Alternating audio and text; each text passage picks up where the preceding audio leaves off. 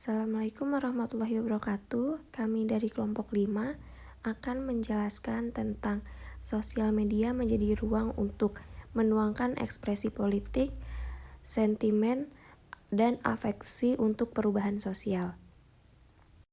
Pertama-tama saya akan memperkenalkan anggota kelompok terlebih dahulu. Yang pertama Amalia Zahra, kedua Alia Zahra Ramadhani, ketiga saya sendiri Fadilah Hairunisa, dan yang terakhir Dava Raka. Selanjutnya, kita langsung saja masuk ke materi. Yang pertama adalah bagaimana sih sejarah dari demokrasi negara kita. Sejak tahun 1945, Indonesia menganut sistem demokrasi kehidupan berbangsa dan bernegara. Demokrasi berasal dari dua kata, yaitu demos dan kratos, yang berasal dari bahasa Yunani, berarti sebagai sistem pemerintahan dari rakyat, untuk, dan oleh rakyat. Lalu, mengapa negara kita menganut sistem demokrasi? Karena demokrasi ini dinilai sesuai dengan tuntutan-tuntutan kebutuhan non-material kita sebagai manusia. Dengan nilai-nilai demokrasi dapat memanusiakan manusia, sebab nilai-nilainya bertitik tolak dari nilai-nilai leluhur kita. Selanjutnya ada faktor demokrasi sebagai tuntutan kebutuhan. Yang pertama ada penderitaan manusia akibat fasisme, yang kedua ada totalitarianisme, dan yang ketiga ada komunisme, dan yang terakhir ada paham-paham anti-demokrasi.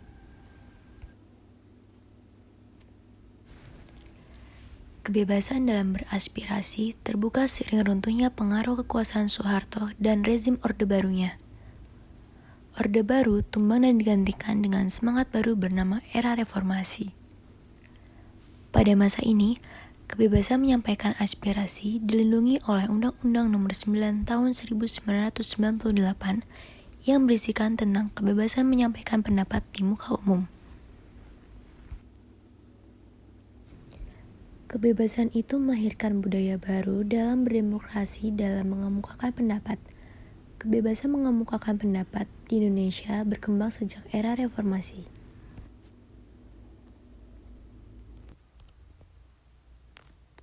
Generasi milenial saat ini senang memanfaatkan teknologi. Generasi milenial menjadi tergantung pada teknologi pada usia yang lebih awal dibandingkan dengan generasi lainnya.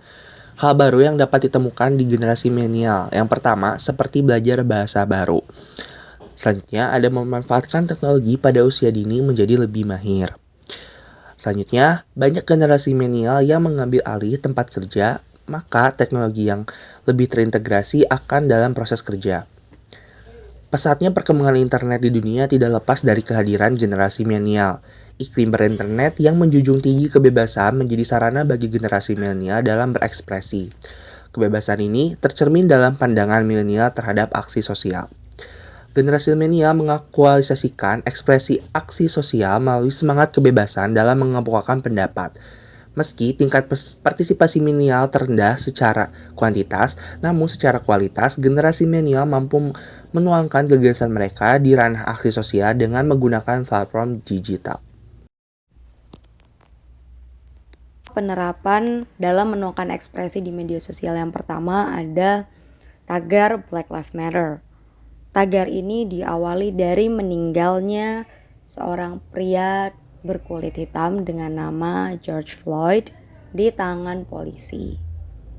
Pembunuhan Floyd ini terekam dalam sebuah video yang menyebabkan kemarahan dan memicu gelombang demonstrasi di berbagai kota di seluruh Amerika Serikat. Banyak orang-orang berkulit hitam, bahkan orang berkulit putih, melakukan demonstrasi kepada kepolisian di Amerika Serikat karena adanya kasus yang dialami oleh George Floyd ini. Tapi tidak hanya melakukannya melalui offline, namun di dunia online pun ramai membahas tagar ini. Awalnya tagar ini memang ramai di Twitter hingga merambah ke media sosial lain seperti Facebook, Instagram, bahkan TikTok yang pada saat itu sedang naik-naiknya. Yang awalnya tagar hashtag Black Lives Matter ini hanya digunakan untuk membahas mengenai kematian dari George Floyd. Saat ini penggunaan tagar tersebut sudah meluas menjadi tempat untuk mereka membuat sebuah narasi dan pemikiran mengenai diskriminasi rasial yang mungkin dialami oleh banyak orang-orang berkulit hitam di luar Amerika Serikat atau bahkan yang masih ada di Amerika Serikat. Banyak dari mereka yang membagikan pengalaman, bahkan kritikan terhadap permasalahan diskriminasi rasial yang telah terjadi dalam waktu yang sangat lama. Banyak juga orang-orang berkulit putih maupun kami mungkin seperti kita orang-orang Indonesia yang mengemukakan pendapat kita mengenai apa yang terjadi oleh BLM atau mungkin pengalaman yang terjadi oleh orang-orang berkulit hitam di Indonesia. Yang kedua ada tagar reformasi di korupsi. Hadir sejak kemunculan aksi berbagai elemen buruh dan gerakan mahasiswa dalam menolak rancangan Undang-Undang Cipta Kerja atau Omnibus Law. Sebelumnya berbagai gelombang aksi penolakan sudah dilakukan oleh gerakan mahasiswa dengan keinginan agar RUU Cipta Kerja ini dapat dibatalkan atau setidaknya ditunda dan dikaji kembali isinya. Namun gerakan mahasiswa dan masyarakat sipil yang menolak RUU Cipta Kerja ini tidak hanya dilakukan secara offline, namun mereka juga memanfaatkan media sosial sebagai media propaganda digital. Jadi penggunaan media sosial ini ramai pada saat itu di Twitter yang pertama kali ramai mengenai tagar reformasi di korupsi. Banyak orang-orang mengemukakan pendapat mereka, kritikan, saran, bahkan informasi-informasi mengenai apa yang perlu diubah, apa yang perlu dikaji kembali oleh pemerintah mengenai RUU Cipta Kerja ini. Gitu.